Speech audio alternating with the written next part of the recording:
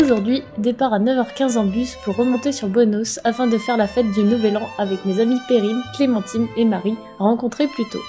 Problème mécanique sur la route, le bus a été immobilisé durant plus d'1 heure le temps qu'un mécano arrive pour réparer la pièce. Apparemment, c'était les freins, ça rassure. Les au revoir ont été difficiles, car je me suis vraiment attachée à la petite famille.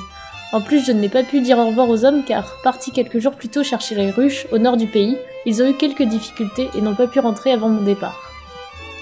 Le soir, arrivé à Saint-Elmo, après avoir un petit peu galéré à trouver une carte Soubé pour les transports, car elle n'est plus imprimée en ce moment. Bon alors je suis arrivée à Buenos Aires, il fait très chaud, très humide et c'est la grosse merde pour trouver une tarjeta Soubé parce que c'est envahi de monde, il y a du monde partout.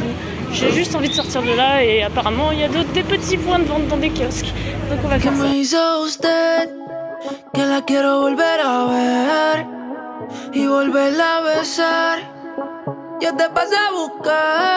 Mon petit hôtel est bien cosy, sans prétention, peu d'animation mais très propre. Je vous le conseille pour le quartier et pour sa modernité. Seul problème, 3 douches pour tout l'hostel, c'est abusé. Le soir, retrouvailles avec les filles avec qui je vais passer le Nouvel An. On s'est retrouvés dans le quartier très branché de Palermo pour siroter des cocktails avant d'aller en boîte au Crowbar pour danser sur de la techno.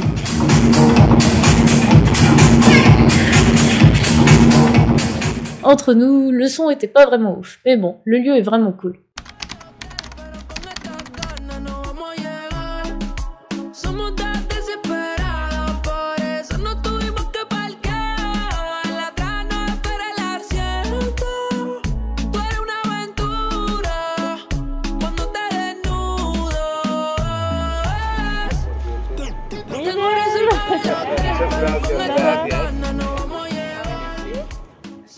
Le lendemain, je retrouvais Perrine pour faire une visite des quartiers de Saint-Elmo et Puerto Madero.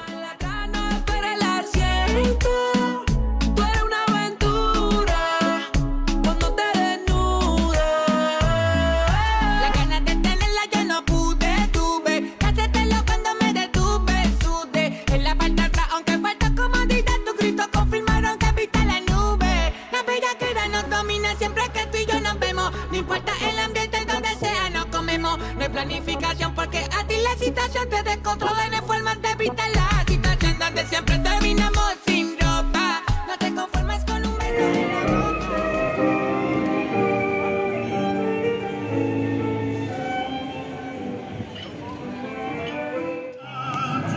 Ahora no volvimos a ilusionar. Quiero ganar la tercera. Quiero ser campeón mundial. Y al Diego desde el cielo lo podemos ver con Don Diego y con la Cota alentando los aviones. Puis Clémentine s'est dit « Pourquoi ne pas poster un message sur un groupe de Français à l'étranger pour fêter le Nouvel An tous ensemble ?» Et nous qui pensions rencontrer 2 pecnos, voilà que Clémentine s'est vite retrouvée harcelée de toutes parts par des gens avides de faire la fête. Si bien que le truc a fini en projet X, on s'est retrouvés à 40 sur les marches devant le canal de Puerto Madero, à boire des coups, en attendant le feu d'artifice. Feu d'artifice qui, il faut bien l'avouer, était d'une simplicité déconcertante pour une ville comme Buenos Aires. J'aurais pété, ça aurait fait pareil. C'est génial! C'est un feu d'artifice à l'Argentine.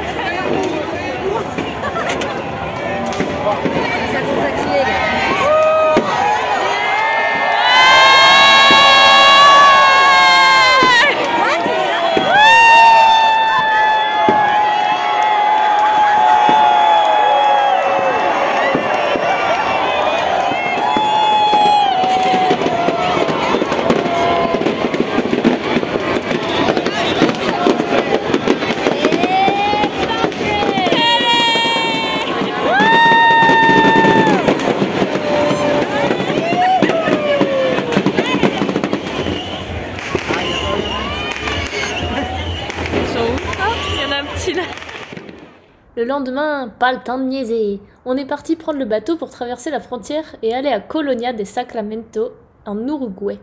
Et pas mal pour un premier de l'an, n'est-ce pas? Et regardez, j'ai même la preuve à l'appui. C'est une petite ville fort sympathique, classée au patrimoine de l'UNESCO. Il y a plusieurs siècles, les Portugais ont envahi le territoire oriental à partir du Brésil, afin de créer une cité au bord du Rio de la Plata. Aujourd'hui, Colonia n'est pas seulement une belle ville touristique, elle possède un port important, véritable porte d'entrée dans le pays, en particulier pour tout ce qui vient d'Argentine. Malgré un temps peu clément et le fait qu'on était le premier, donc jour férié, nous arrivons à flâner dans les rues, dont la Calle de los Suspiros, la plus connue, et à bien profiter de l'ambiance.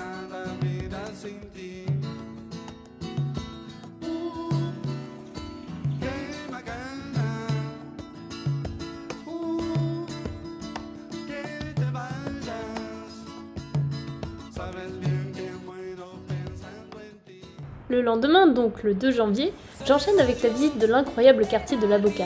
Ah, La Boca. Pour la petite histoire, ce quartier doit son nom à son emplacement à l'embouchure du Riachuelo. L'histoire raconte qu'il serait le lieu de la fondation de la première colonie argentine.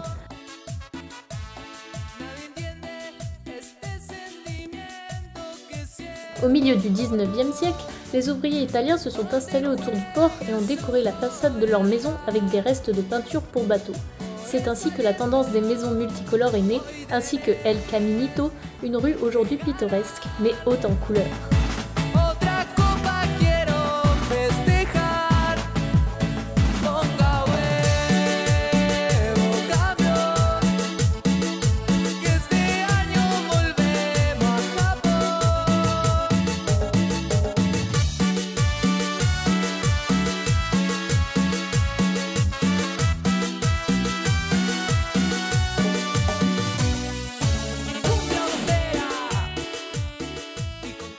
La Boca est le club du tango, de Lunfardo et du fameux club de football, le club Atlético Boca Juniors, où a joué Diego Maradona, ainsi que son stade La Bombonera. J'ai adoré Buenos Aires, surtout parce que chaque jour était une nouvelle aventure. Comme mes amies Marie, Perrine et Clémentine partaient déjà pour Iguazu, je me suis retrouvée seule durant une semaine pour prendre le temps de visiter cette grande ville. Impossible de m'ennuyer. Chaque jour, un nouveau quartier. Chaque jour, l'impression d'avoir changé d'endroit, tant cette ville regorge de surprises et de diversité.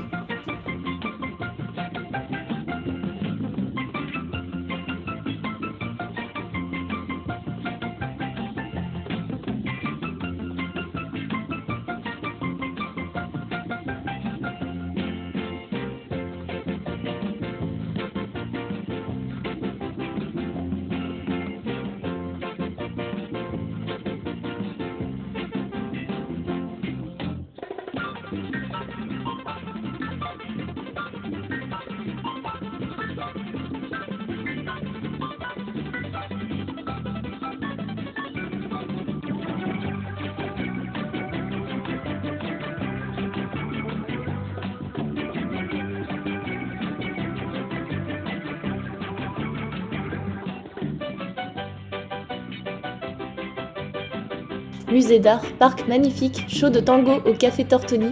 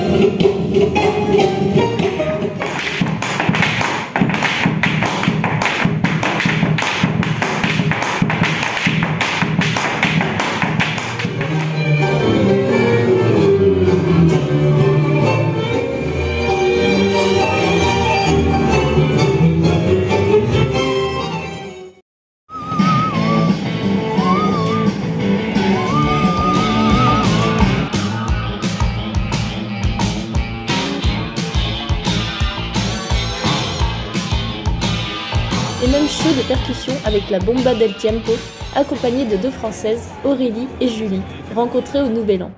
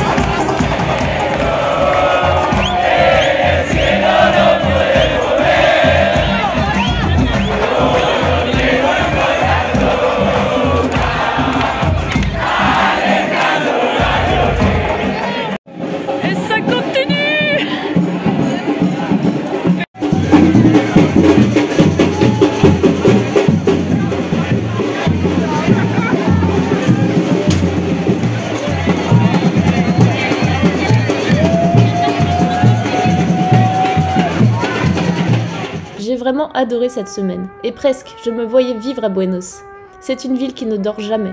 Avec ses deux mêmes acolytes, puis Héros, un Allemand hyper gentil rencontré à mon hôtel, on ne peut pas s'y méprendre, c'est bien un Allemand. On a même fait la visite de Tigre, au nord de Buenos, qui est construite sur le delta du Paraná. Comme elle est fragmentée en petits îlets, on ne s'y déplace que via les canaux, en bateau ou en kayak. Le nom de la région et de son chef-lieu provient des tigres, nom donné par les premiers colons européens aux jaguars d'Amérique du Sud. Les habitations généralement en bois sont construites sur pilotis avec des toits de paille ou de tôle.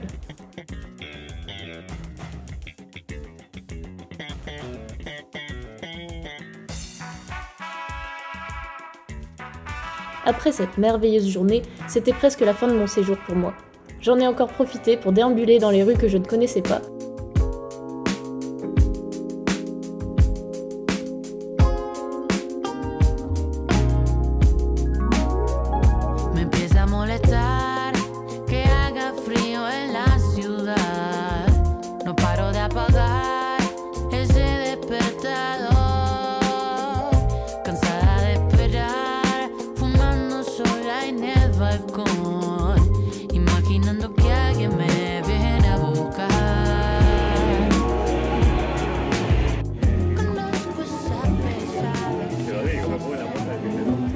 Et pour terminer en beauté, je suis même allée dans une milonga, un endroit aux allures un petit peu clandestines, pour apprendre à danser le tango.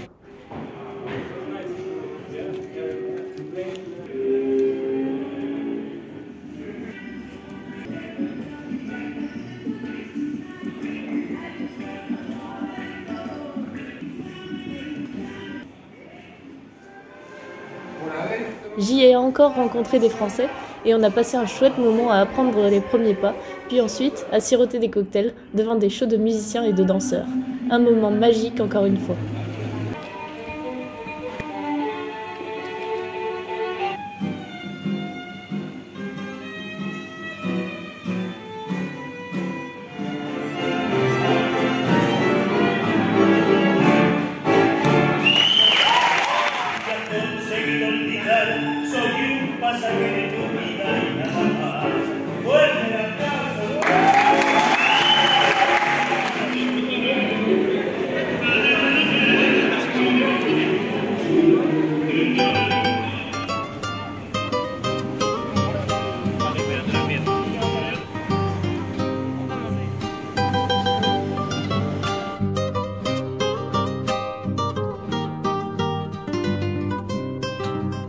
Après une dernière escapade dans le quartier de Palermo, je dois finalement dire adieu à la ville qui ne dort jamais.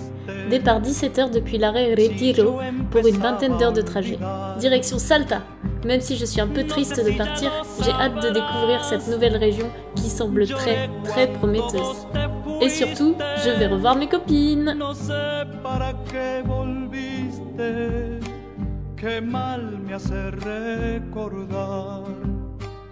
La tarde se ha puesto triste.